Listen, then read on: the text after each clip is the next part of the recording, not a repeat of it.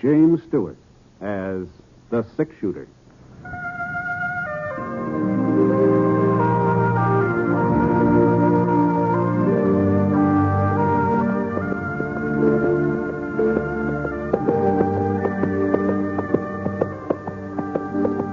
The man in the saddle is angular and long-legged. His skin is sun-dyed brown.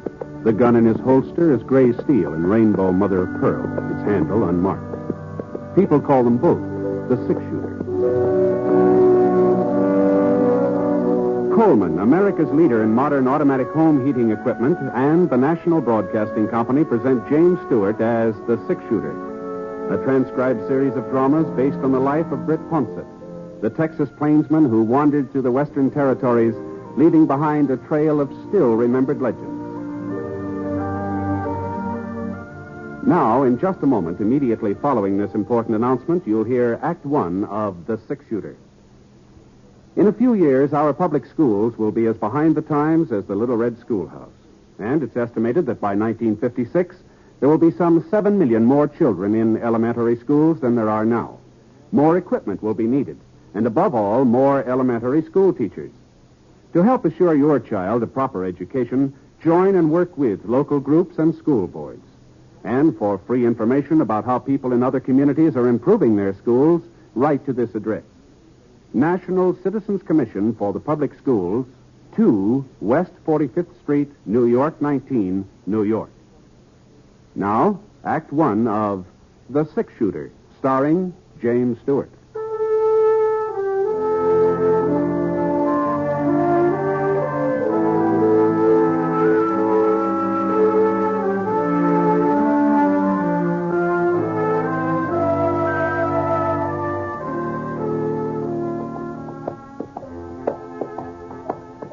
It was hot that afternoon. A low, crawling kind of heat that seemed to be following us as we rode along. The sun hadn't come out in the morning, but about noon it pushed through the clouds. Boy, it was hot. By 4 o'clock, when it should have been cooling off, it just seemed hotter than ever. We still had about 15 miles to go before we'd hit Lead Creek. That was where I figured on getting a job helping lay track on that new spur line to Salt Lake City. I nudged Scar on the flank, and we headed down a little gully. His ears pricked up, and he jerked his head. I wasn't sure whether he'd heard something or just sensed it. You know, with a horse, it's pretty hard to tell where hearing leads off and sensing begins. What's the matter, boy? Hey. And then I heard it, too. I wheeled Scar off the trail. Went about 20 yards before I saw him. He was lying in the shade of a yellow boulder in a clump of mesquite. A young fella, just lying there. He looked comfortable and relaxed like he was taking a siesta. But he couldn't have been enjoying himself too much, not with a big red stain like that across the front of his shirt.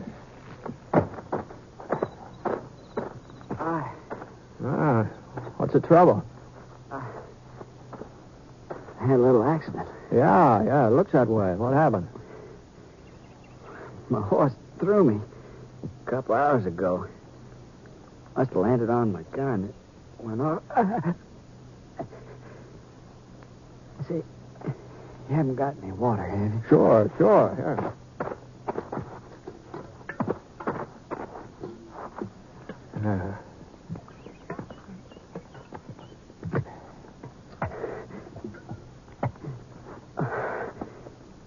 Thanks. Lucky you came by, mister. You're a stranger, ain't you? I'm just passing through. Yeah, I'm not much of a doc. Maybe I can fix a bandage for you for the time being. I already fixed one. Here's my shirt tail. Don't seem to be doing much good. Oh, yeah, let me see if I can tighten it. Hold on now. You think you can ride? I don't know. You ain't seen my pony. A pinto with a half moon on his flank? No, I can't say I have. Must have run off. Oh, now, just don't worry about him. My horse will get us into Lead Creek. Lead Creek? Yeah, it's close to town, isn't it? Yeah, I guess it is. Yeah. All right, now let me give you a hand here. Ooh. It ain't no use, mister. No, you gotta try. Now, just lean your weight on me. I'll never make it, I tell you. Okay. That's it. There's a cabin past a mile or so west. I might be able to ride that far. Oh, that'd be better than staying here. Yeah. Now, I'm gonna lift your feet up. Now, that'll hurt plenty. But once you're in the saddle, you'll be all right. Now, here we go. There we are. I'll take it real slow. I'll walk alongside. There you are. Was it west, you said, huh? Yeah. I sure do appreciate this, mister. I sure want He keeled over in the saddle. I managed to keep from sliding out, and we started off. About 15 minutes later, I saw the cabin he'd been talking about, and it wasn't much more than a shack, only 2-3 rooms, and a couple of acres of fenced-in pasture and a barn. I led Scar up to the front stoop and lifted the young fellow off. He was still unconscious, which was all of it good, of course. I carried him up to the front door and gave it a couple of kicks. Kicked again, and he sprung open. Anybody home? Hello?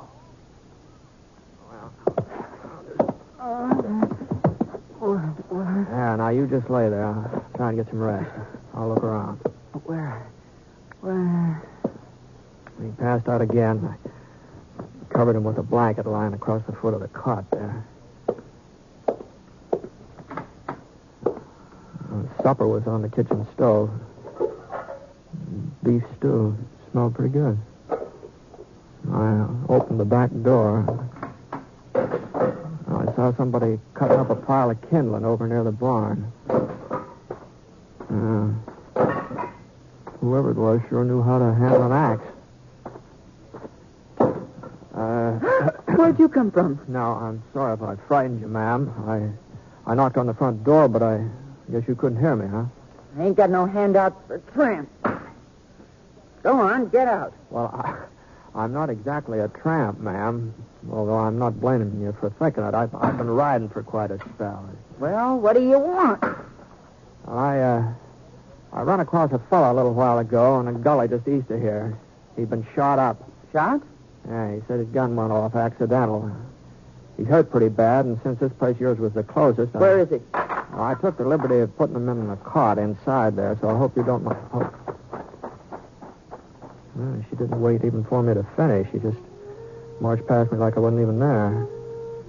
I watched her for a second, and then I followed her into the house.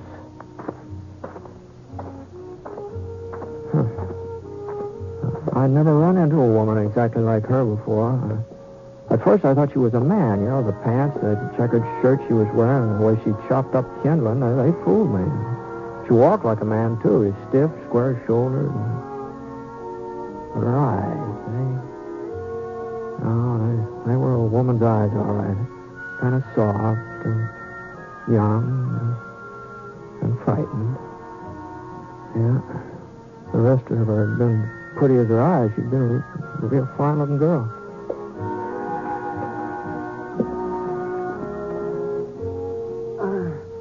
Take that rag off him while I fix a new bandage. Yes, ma'am. It's a shame to tear up a fancy petticoat like that. I got no need for petticoats, mister. Can you turn him on his side? That's better. Now, if I can just get the bleeding to stop. You know him, ma'am? No. Why should I? Oh, I just thought since he was in your neighborhood. Lots of folks pass by here. That don't mean I know him. I don't know you neither. Oh, sorry. My name's Ponsett. Britt Ponsett. Ponsett. I've heard of you somewhere, haven't I? No, not likely. This is the first time I've been around Lead Creek here. Got a pocket knife? Yeah. Thanks.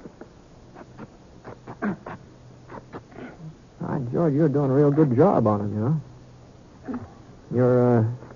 Your husband off somewhere today? I'm not married.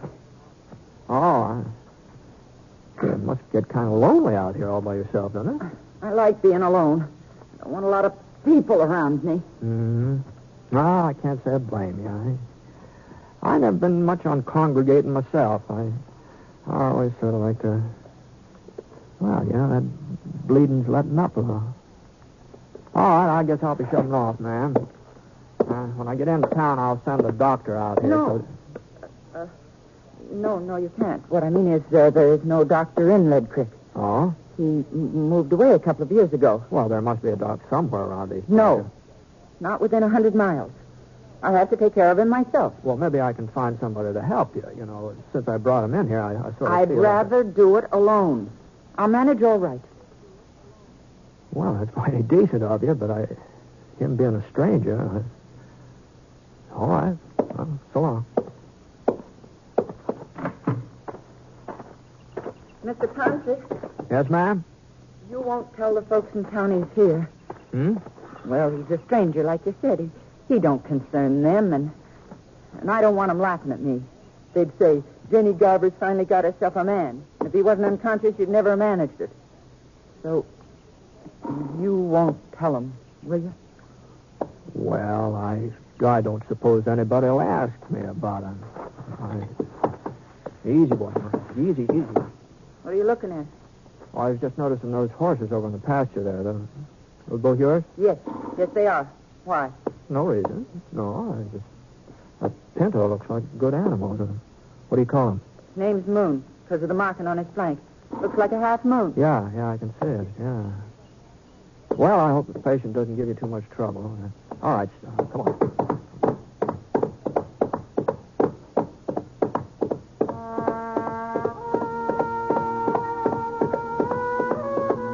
The sun went down, but it didn't cool off much.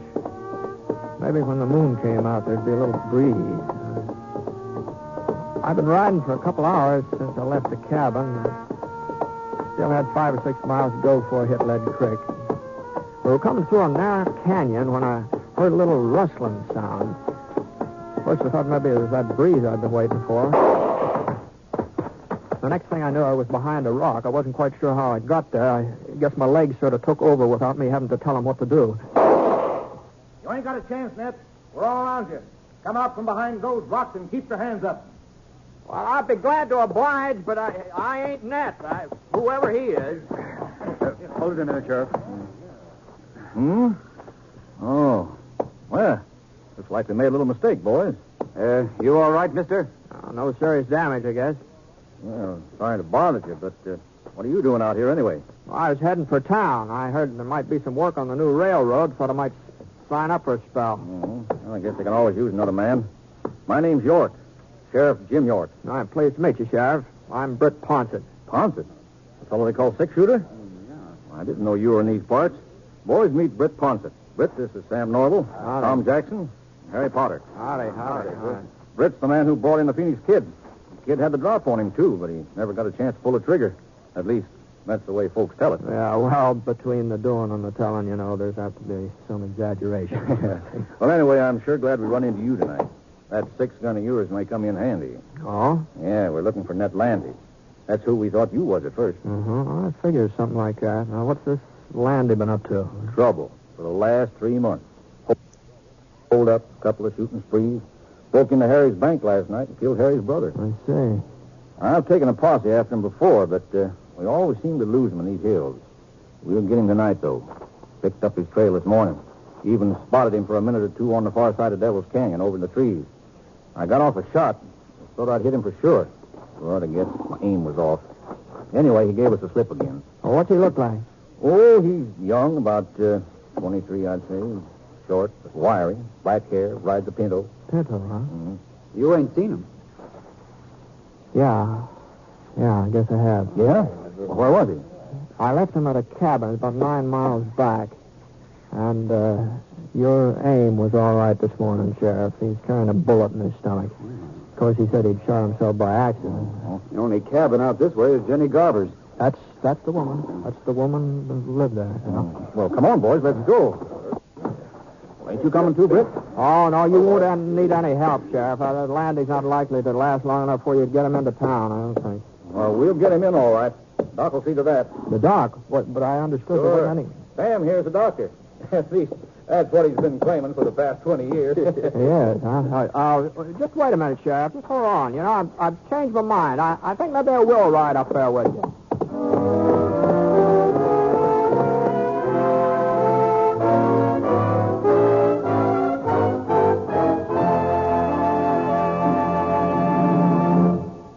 We'll return to James Stewart as the six-shooter in a moment. First, a word from Coleman, America's leader in modern automatic home heating equipment. You'll be glad this winter you bought a Coleman heater this fall. Yes, as you sit back in your easy chair, snug and comfortable, you'll be glad you bought a Coleman heater. You'll enjoy floor-to-ceiling warmth in those rooms you could never heat before. Get your Coleman oil or gas heater now during Coleman's big bonus sale. Here's what you get. First bonus, a new low price. Yes, now you can get a dependable Coleman automatic heater at a new low price. Second bonus, a new low operating cost. Coleman saves you up to 25% on heating bills because Coleman gives you maximum heat from your fuel. Third bonus, a 32-piece set of Libby's Safe Edge glassware worth $14. It's free with your new Coleman heater. Get 3 big bonuses. Get your Coleman oil or gas heater now during Coleman's big bonus sale. This sale is for a limited time only. So see your Coleman dealer tomorrow. You'll find his name and address in your telephone directory.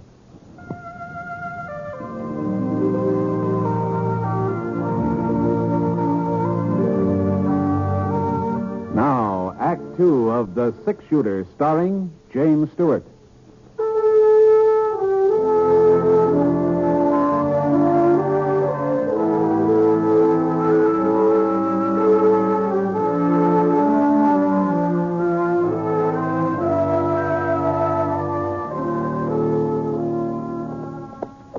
About an hour and a half after I met up with the sheriff, we came to a little stream trickling down the hill just off the trail. I'd missed it when I passed by before. I hadn't known there was any water around, and Scar hadn't smelled it either. The air being so quiet and everything. Well, we pulled up and gave the horses a chance to get a drink. Well, I guess there ain't no rush. And that's as bad off as you say. Yeah. Yeah. Was something funny, Sheriff? Well, I was just thinking about Jenny Garver. Oh? Yep, she's finally got herself a man. He's going to be real temporary, though. I can tell you that. Yeah, and if he didn't have a bullet in him, I'll bet he'd take off the first time he got a look at her. Well, it'd take more than a bullet to keep me there. Me too, Sheriff. What is this? Something wrong with Jenny? Well, you've seen her, ain't you? Yeah. Well? Well, I guess she's no beauty. Oh. Now, that's giving her the benefit of the doubt, Ponce. Now, if you ask me, my horse is better looking. No, you know, Sheriff, now there are a lot of plain women seem to get along all right, better than some of the pretty ones, you know. Well, it ain't just that Jenny's ugly, but she's so darn awkward and big. Why, even when she was a little girl living in town, she was always a head taller than any boy her age, and stronger, too.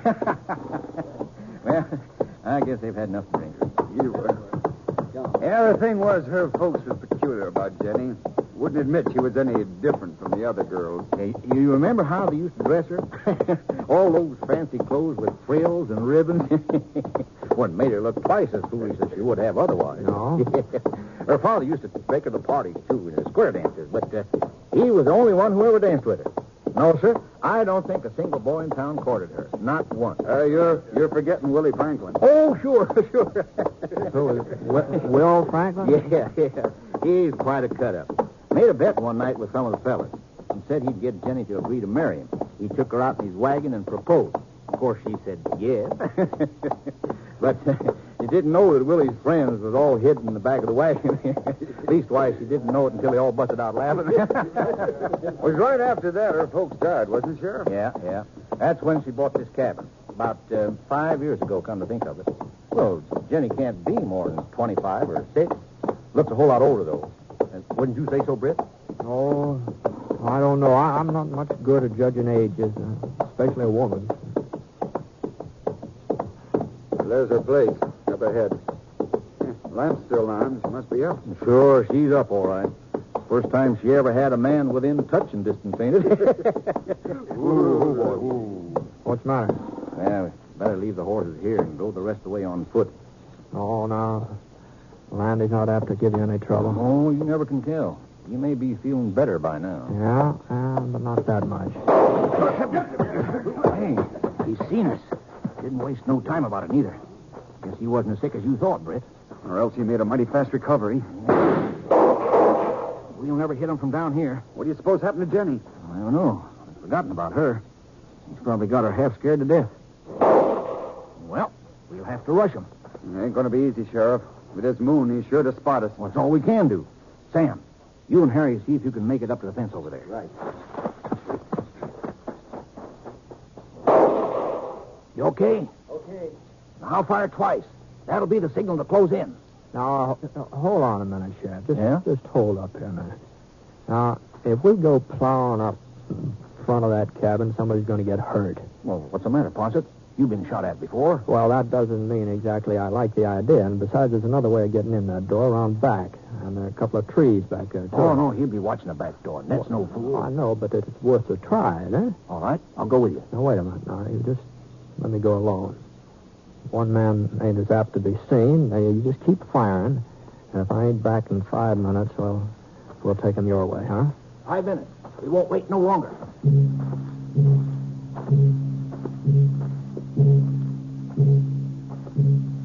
I hunched down low and I started circling toward the rear of the cabin.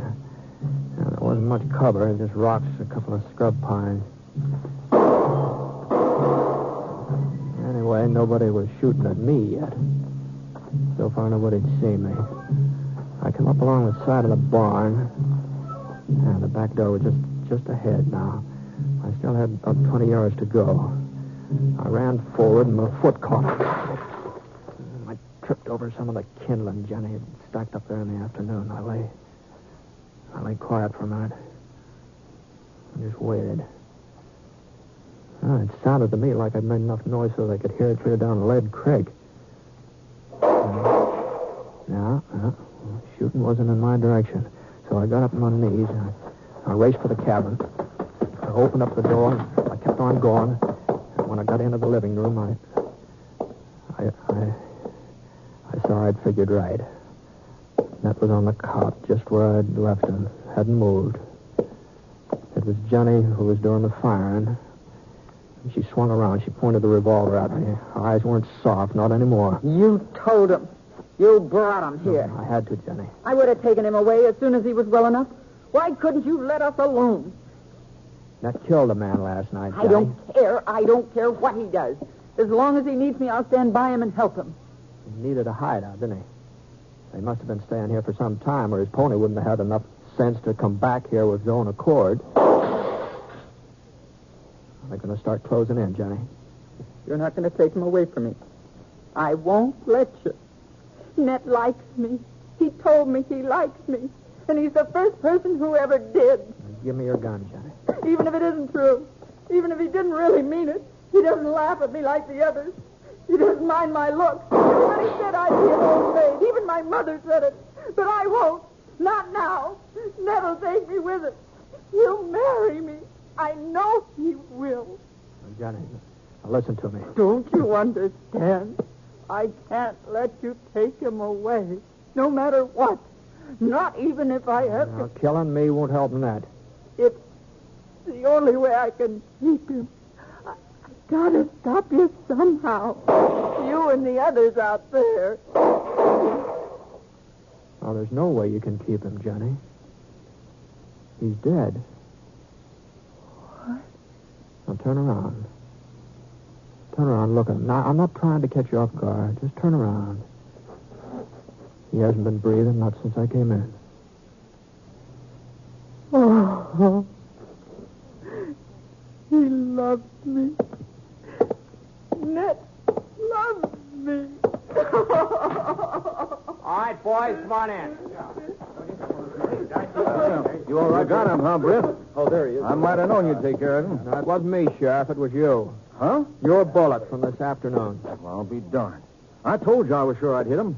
Remember, Tom, I told you. Now, then how come he was able to hold us off just now? Well, he was a tough one to kill. He wouldn't give up. The strain of shooting at us must have finally finished him. Ain't that the way you figured, Britt? No, something like that. Well, what's the matter with her? Little gunplay bother you, Jenny? Come on. Get a hold of yourself. It's all over now. Yeah, sure is funny how women are scared of gunfire. Every one of them. Even Jenny. Well, it just goes to show you that underneath, they're all pretty much alike. Yeah, I guess they are. Well,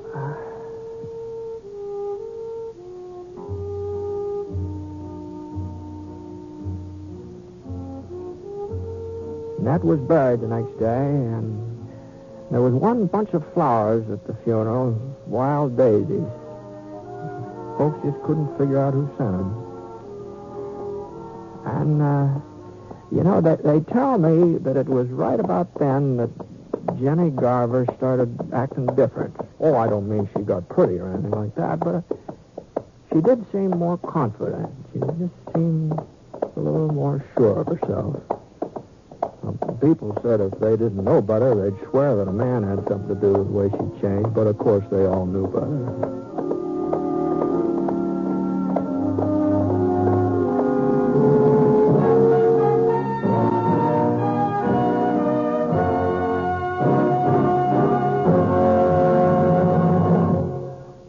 I'd like to take a minute here to remind you about some of the great entertainment in store for you later in the week on NBC Radio.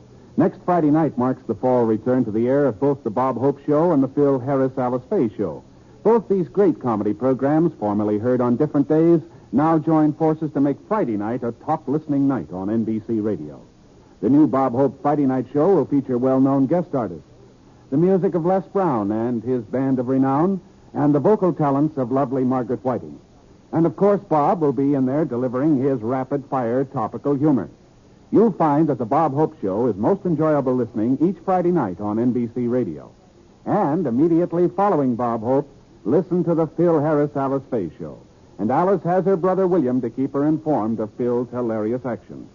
Also in the talent-filled cast, you'll hear Julius Abruzio and little Alice and Phyllis. You'll hear wonderful comedy every Friday night beginning this Friday night on NBC Radio. Yes, for the best in Friday night radio entertainment, remember to tune where you hear the familiar three chimes for the Bob Hope Show and the Phil Harris Alice Faye Show. Two great programs returning this Friday to NBC Radio.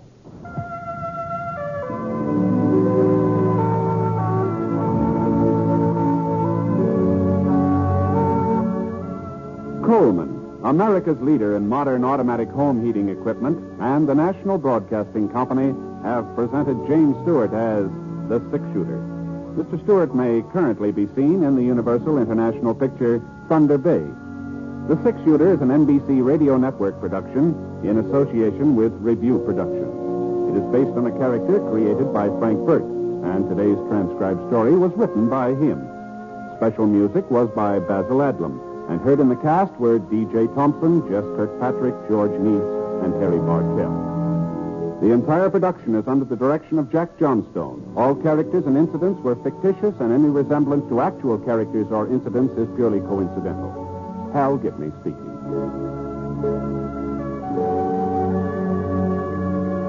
This is NBC, the national broadcasting company.